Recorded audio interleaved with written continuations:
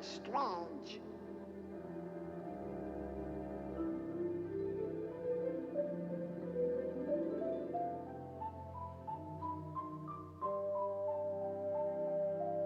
Sure, that's an odd-looking creature.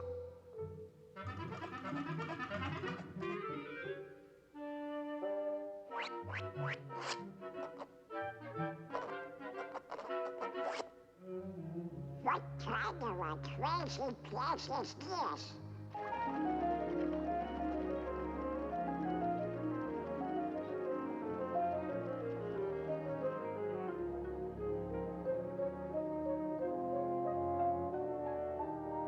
Now what are you?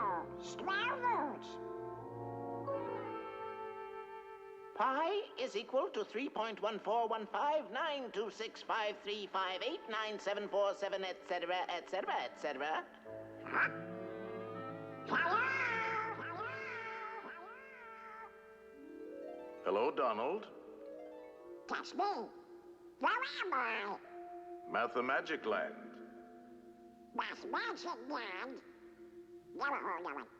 It's the land of great adventure. Now, who are you? I'm a spirit, the true spirit of adventure. That's for me. What's next? A journey through the wonderland of mathematics. Mathematics? That's for eggheads. Eggheads? Now hold on, Donald. You like music, don't you? Yep. Well, without eggheads, there would be no music. Come on. Let's go to ancient Greece, to the time of Pythagoras, the master egghead of them all, Pythagoras? the father of mathematics and music. Mathematics and music? Ah, you'll find mathematics in the darndest places. Watch. First, we'll need a string. Hey, Stretch it good and tight, plunk it. Now divide in half. Plunk again. You see? It's the same tone, one octave higher. Now divide the next section. And the next. Pythagoras discovered the octave had a ratio of 2 to 1. With simple fractions, he got this.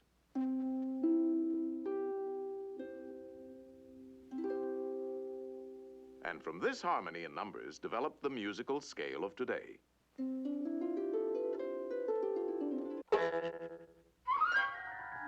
by golly, you do find mathematics in the darndest places.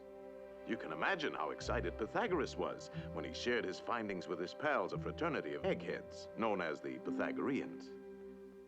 They used to meet in secret to discuss their mathematical discoveries. Only members were allowed to attend. They had a secret emblem, the pentagram. Let's see what the topic is for today.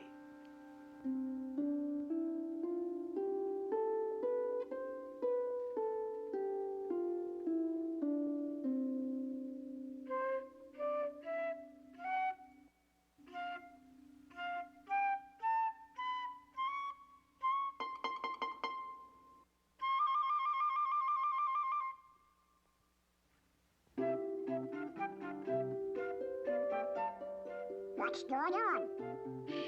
It's a jam session. Give me something with a beat.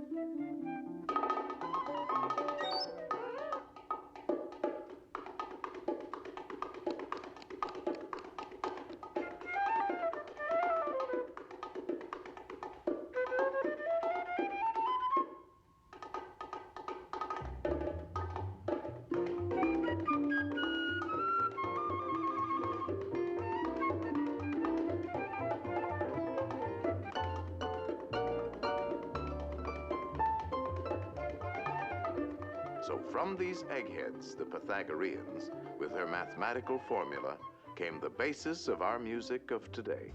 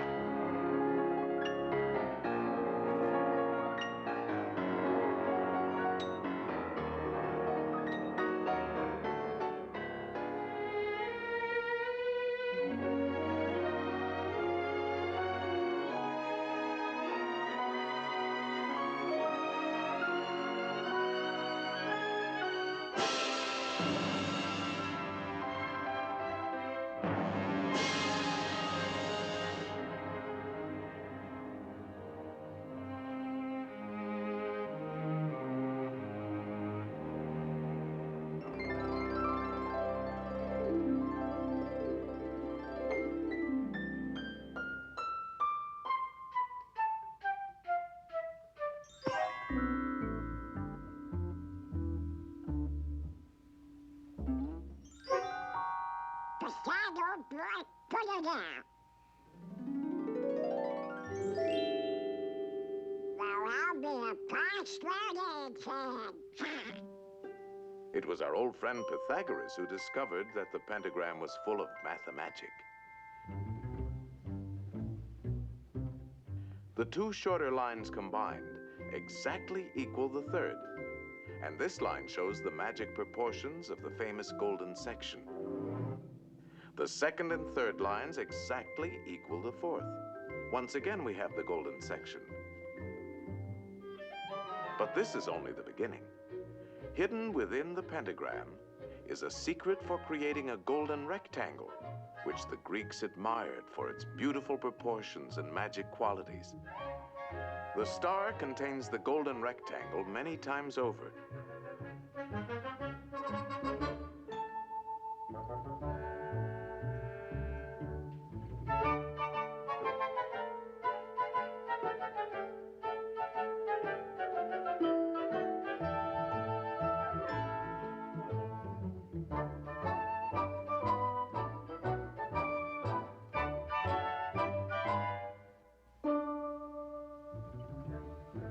It's a most remarkable shape. It can mathematically reproduce itself indefinitely.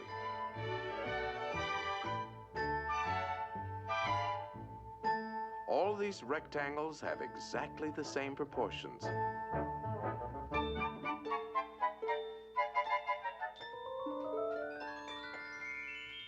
This figure also contains a magic spiral that repeats the proportions of the golden section into infinity. To the Greeks, the golden rectangle represented a mathematical law of beauty. We find it in their classical architecture. The Parthenon, perhaps one of the most famous of early Greek buildings, contains many golden rectangles.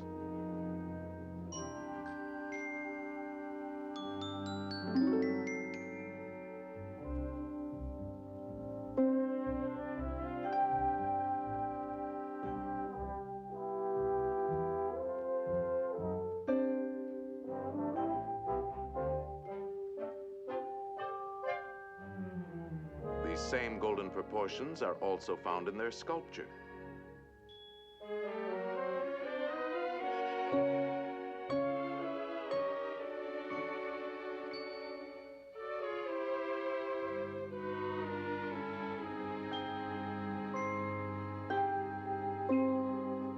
In the centuries that followed, the golden rectangle dominated the idea of beauty in architecture throughout the Western world. The Cathedral of Notre Dame is an outstanding example. The Renaissance painters knew this secret well.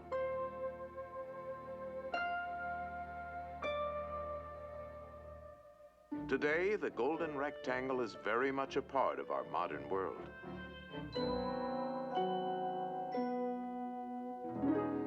Modern painters have rediscovered the magic of these proportions. Indeed, this ideal proportion is to be found in life itself. Boy, oh boy, oh boy. This is mathematics.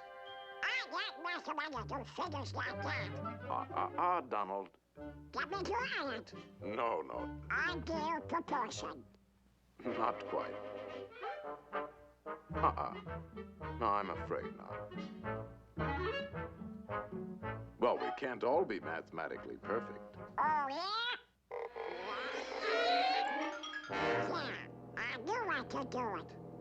Now that you're all pent up in a pentagon, let's see how nature uses this same mathematical form, the petunia, the star jasmine,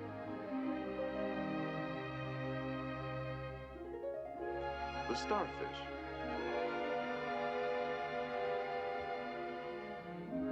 the wax flower,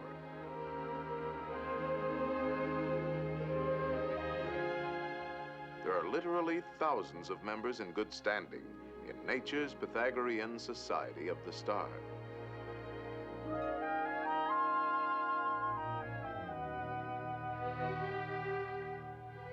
All nature's works have a mathematical logic, and her patterns are limitless.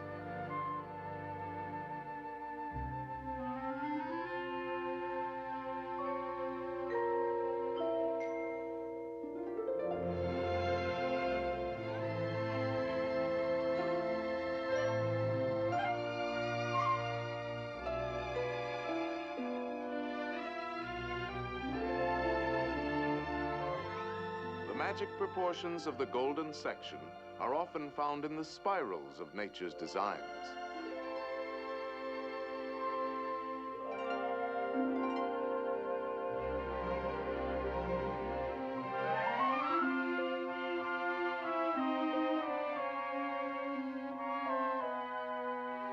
The profusion of mathematical forms brings to mind the words of Pythagoras. Everything is arranged according to number and mathematical shape. Yes, there is mathematics in music, in art, in just about everything. And as the Greeks had guessed, the rules are always the same.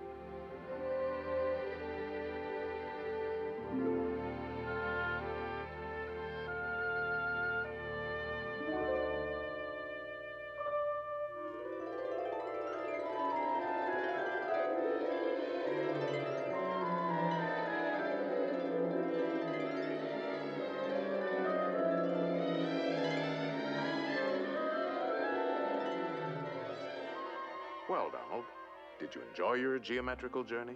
Gee, Mr. Spirit, there's a lot more to mathematics than 2 times 2. That's right, Donald. And you can find mathematics in games, too. Games? Oh, boy. Let's begin with a game that's played on squares. Checkers? No, chess. Chess? A mathematical contest between two minds. It's a game that has been enjoyed for centuries by kings and commoners. In fact, Lewis Carroll, a famous mathematician with a literary mind, used chess as a setting for his classic tale, Through the Looking Glass. Alice found herself face to face with a none too friendly group of chess pieces. Good heavens, what's this? Upon my soul, it appears to be a lost pawn. I'm no pawn. I'm Donald Duck. He says he's Donald Duck. Preposterous. Or it could be an Alice. Alice? No, no, no. It's a lost pawn. Lost pawn? Stop that pawn! Ow, Mr. Spirit! Ow, ow, ow!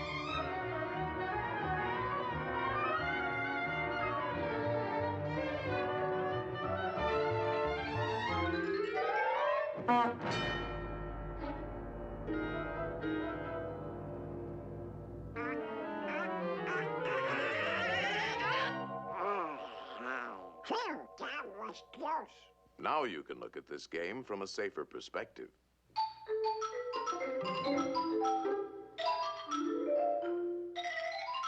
Chess is a game of calculated strategy, and since the board is geometrical, the moves are mathematical.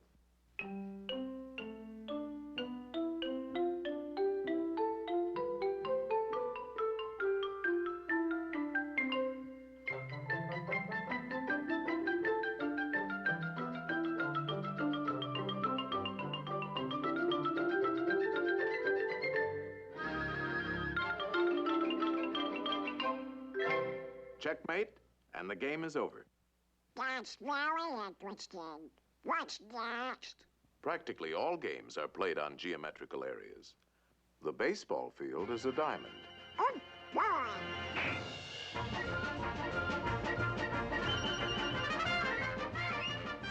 And without mathematics, we couldn't even keep score. Football is played on a rectangle divided by yard lines. Basketball is a game of circles, spheres, and rectangles.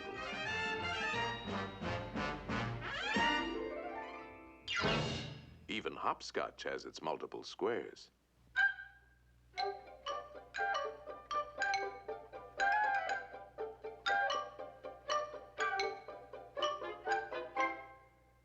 What's next? Get any wins? No, a mathematical game played on a field of 2 perfect squares, using 3 perfect spheres, and a lot of diamonds. In other words, billiards. Oh, boy. That's for me. You know the game, don't you, Donald? Of course. The cue ball has to hit the other 2 balls. Like this.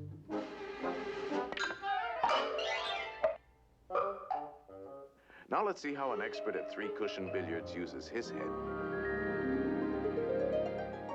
3-cushion? Yes, the cue ball not only has to hit both the other balls, but it must contact at least 3 cushions before it hits the final ball.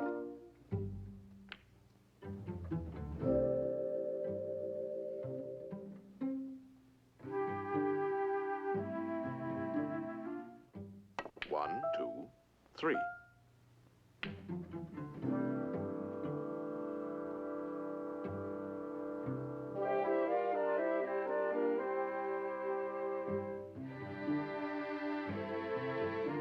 One, two, three.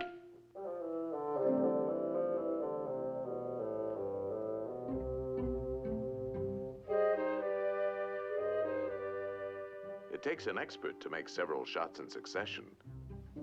1, 2, 3, 4, 5, 6. Wow! That was not a good shot. Luck? No, it's skill. For this game, you have to know all the angles.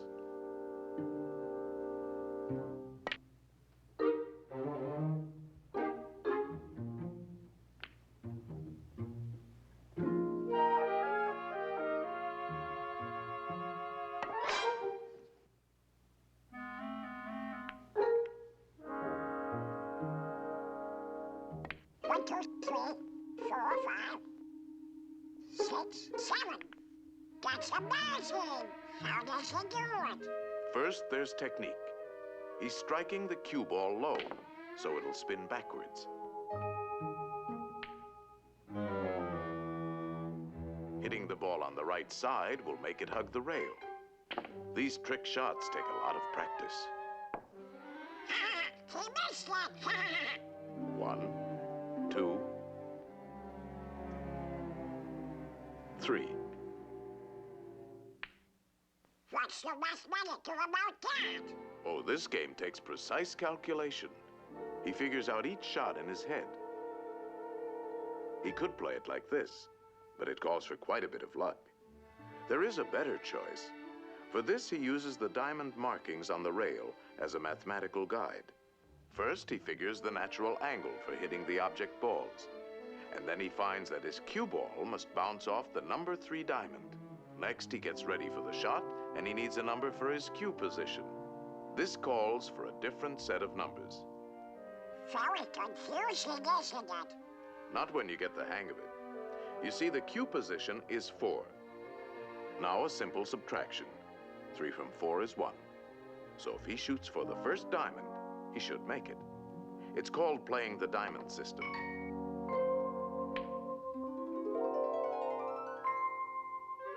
Natural angle, 2.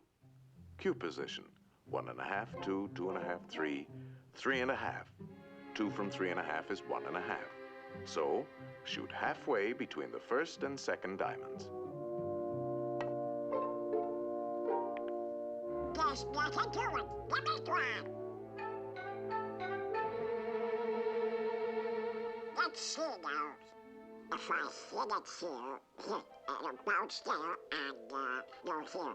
If I hit it here, 4.5 minus 3, 3.5 plus 4 added to 2, divided into 2, I guess I should shoot about here. No, Donald. There's no guesswork to mathematics. It's quite simple. Natural angle for the hit, 2. Cue position, 3.5. How much is 3.5 minus 2? 1.5.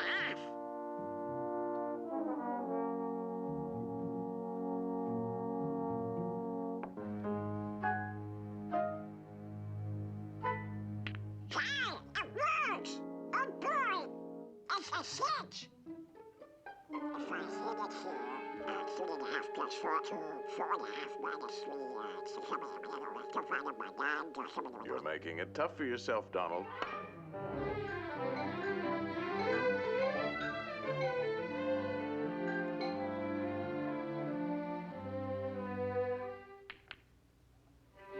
How do you like that for mathematics, Mr. Spirit? Wonderful, Donald. And now you're ready for the most exciting game of all. Oh boy! And the playing field for this game is in the mind. Uh-oh. Look at the condition of your mind. Antiquated ideas, bungling, false concepts, superstitions, confusion. To think straight, we'll have to clean house.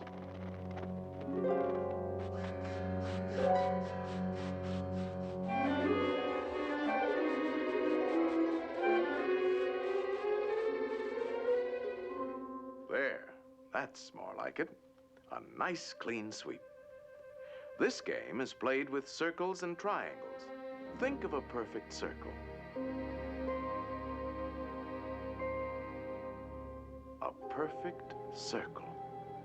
Perfect circle. Perfect. Ah, put a triangle inside and turn it. Now spin the circle. And what have you got? A ball. Yes, a sphere. The shape of things is first discovered in the mind. Slice off the top, and we have a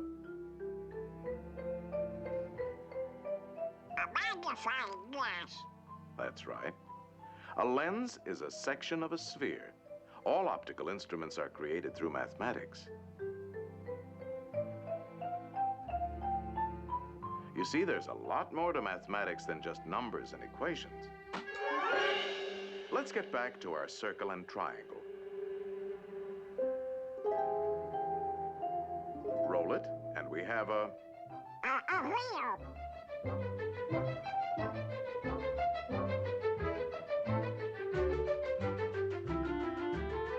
The circle has been the basis for many of man's important inventions.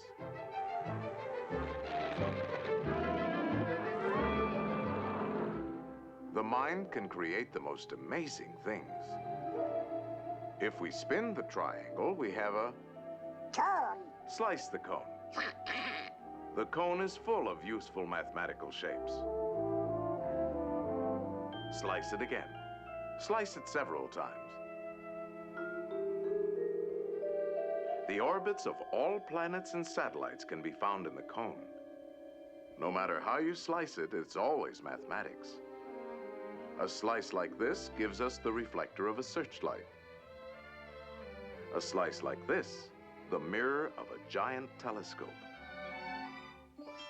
A line on a cone, and we have a drill. And a spring.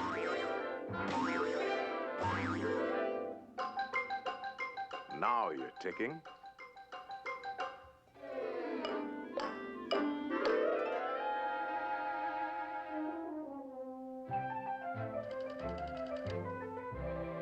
Number, please.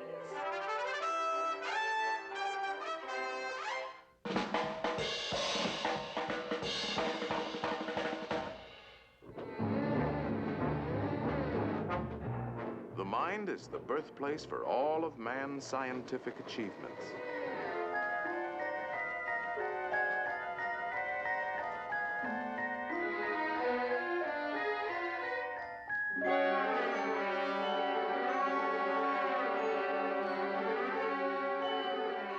The mind knows no limits when used properly. Think of a pentagram, Donald. Now put another inside, a third, and a fourth. No pencil is sharp enough to draw as fine as you can think, and no paper large enough to hold your imagination. In fact, it is only in the mind that we can conceive infinity.